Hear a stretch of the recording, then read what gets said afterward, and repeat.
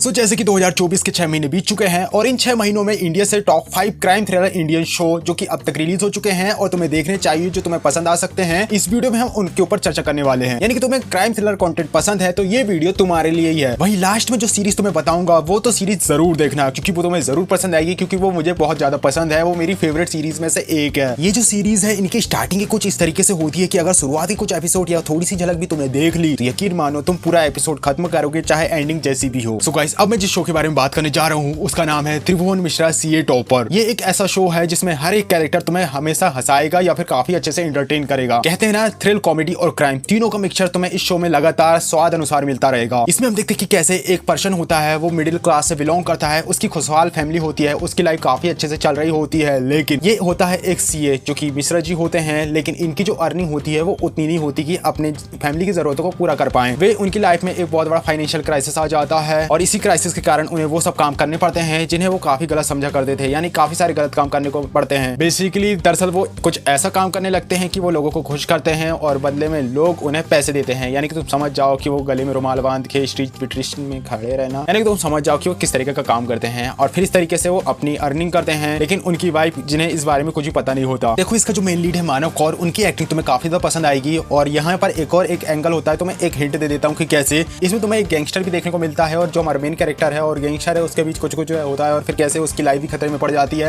यानी कि काफी कुछ तुम्हें कॉमेडी, थ्रिलर और एक्शन, क्राइम जो मैंने तुम्हें बताया वो सब तुम्हें इसमें भर भर के देखने को मिलेगा। और मैं तुम्हें ये भी कहना चाहूंगा कि एक अडल्ट वेब सीरीज है, इसमें काफी सारे अडल्ट सीन है, इसलिए तुम इसे अकेले में ही देखना, वरना घर, देश या फिर धरती कुछ भी निकाला हो सकता है तुम्हारे साथ। सो गाइस, अब मैं जिस शो के बारे में तुम्हें बताने जा रहा हूँ, ये शो मेरी काफी ज्यादा पर्सनल शो में से एक है या फिर मेरे फेवरेट शो में से एक है, क्योंकि इसका जो एक फॉरेन वर्जन है या फिर कहीं हॉलीवुड का वर्जन इसी शो का, वो मुझे काफी ज्यादा पसंद था और उसकी हर एक मूवी, हर एक सीरीज, हर एक एपिसोड को मैंने चार्ट रखा है। मैंने उसकी नोवेल भी पढ़ी है और मैं बात करने जा रहा हूँ शेखर होम्स की। नाम से ही तुम समझ चुके होगे कि आखिर ये किससे रिलेट करता है। हाँ, शर्लॉक होम्स से रिलेट करता है। और जैसे कि शर्लॉक होम्स की कहानी हमने देखी थी, ठीक इसमें ही हमें वैसे ही कैरेक्टर देखने को मिलते हैं, लेकिन जो इसकी स्टोरी लाइन है वो काफी ज्यादा अलग है। इसे इंडियन बेस, इंडियन एनवायरनमेंट को ध्यान में रखते हुए बनाया गया है। अब तुम्हारे दिमाग में ख्याल आएगा कि कहीं ये उसकी कॉपी तो नहीं है या फिर रीमेक तो नहीं है, तो मैं यहाँ पर तुम्हें क्लियर कर देना चाहूंगा कि ये बिल्कुल यहाँ पर उसकी रीमेक नहीं है। इसमें तुम्हें एकदम अलग सी स्टोरी लाइन देखने को मिलेगी, लेकिन कई सारी जगह पर तुम उससे रिलेट करोगे अगर तुमने इस शेरलॉक होम्स कहानी देखा होगा तो। अगर इस शो की खासियत की बात करूं तो गाइस, इसमें भी तुम्हें भर भर के सस्पेंस और थ्रिल देखने को मिलता है। इसका जो मेन कैरेक्टर होता है शेखर, जो कि एक डिटेक्टिव होता है, उसके साथ उसका एक और दोस्त होता है, और ये दोनों मिलकर वहाँ पर लोनपुर नाम की एक जगह की मिस्ट्री को सॉल्व करते हैं। इसमें तुम्हें जादू, टोना, क्राइम,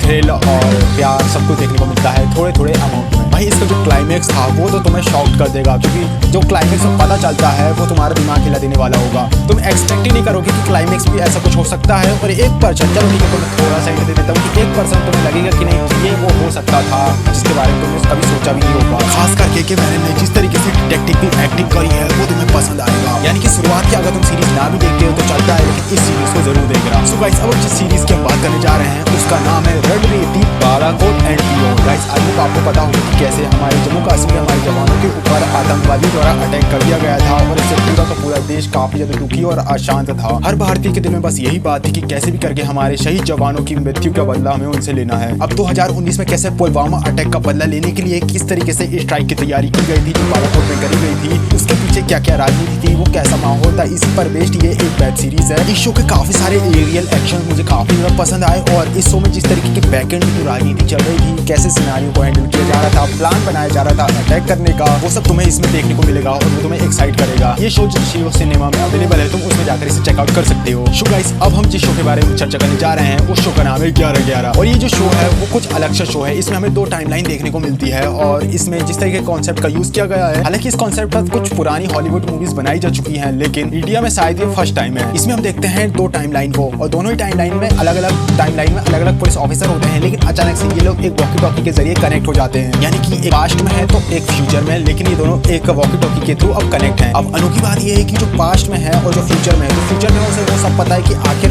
अब आगे क्या होने वाला है। यही कारण है कि फ्यूचर वाला बंदा जो पास्ट वाले बंदे को वो सारी बातें बता देता है और इसके कारण वो टाइमलाइन में थोड़ा सा चेंज करता है, वहाँ पर सिनेरियो में छेड़छाड़ करता है, जिसके कारण जो फ्यूचर था वो अब बदलने लगता है। अब क्योंकि ये लोग टाइम लाइन से छेड़छाड़ कर रहे हैं, तो इसका कंक्लूजन क्या निकलेगा? क्या ये जो करना चाहते हैं वो सब कुछ सही होगा, या फिर ये गलती से एक ऐसी मिस्टेक कर देंगे जिसकी ये भरपाई कभी भी नहीं कर पाएंगे? वो सब तुम्हें इस शो में ही जानने को मिलेगा, तो तुम इसे जाकर देख सकते हो। इसके शुरुआत के एपिसोड में ही शायद तुम्हें थोड़ा सा लगेगा कि मैं क्या देख रहा हूँ, लेकिन जब जैसे तैसे तुम आगे चले जाओगे तो तुम्हें ये पसंद आने लगता है। सो गाइस, अब हम जिस वेब शो की बात करने जा रहे हैं, इसमें हम मेन लीड में देखते हैं रितेश देशमुख को, और ये शो जिसका नाम है पिल। गाइस, आई होप आपको पता होगा कि कैसे कई सारी दवाएं ऐसी होती हैं जो काफी ज्यादा एडिक्टिव होती हैं, इसलिए उनके यूज में बैन लगा दिया जाता है। लेकिन क्या हो अगर कोई भी एक फार्मास्यूटिकल कंपनी का बहुत पावरफुल इंसान अपनी पॉलिटिकल पावर का यूज करते हुए उन सारी ड्रग्स या फिर उन पिल्स को मार्केट में लीगली करवा दे और मार्केट में सप्लाई करवाना शुरू कर दे। अब इसी पर बेस्ड ये एक कहानी है जहाँ पर हम देखते हैं कि कैसे ऐसे ही इलीगल ड्रग को ओपन मार्केट में ला लिया जाता है। हम देखते हैं कि उस कंपनी को कैसे बहुत ज्यादा फायदा हो रहा होता है, लेकिन जो अथॉरिटी थी सरकार की,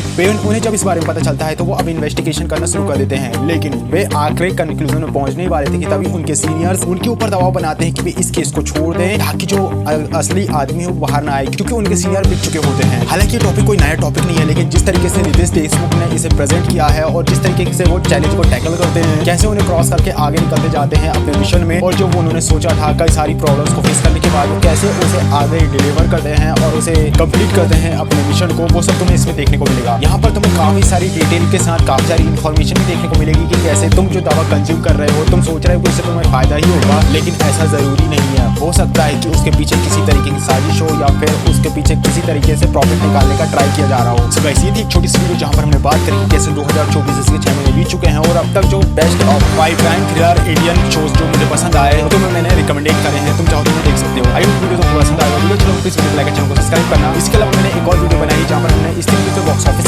कलेक्शन के ऊपर चर्चा करी है। वहीं एक और वीडियो मैंने बनाई है जिस पर मैंने बात करी कि आखिर स्ट्रीट 2 किन कारणों के कारण इतनी अच्छा परफॉर्म कर पा रही है और उसकी इतनी अच्छी कमाई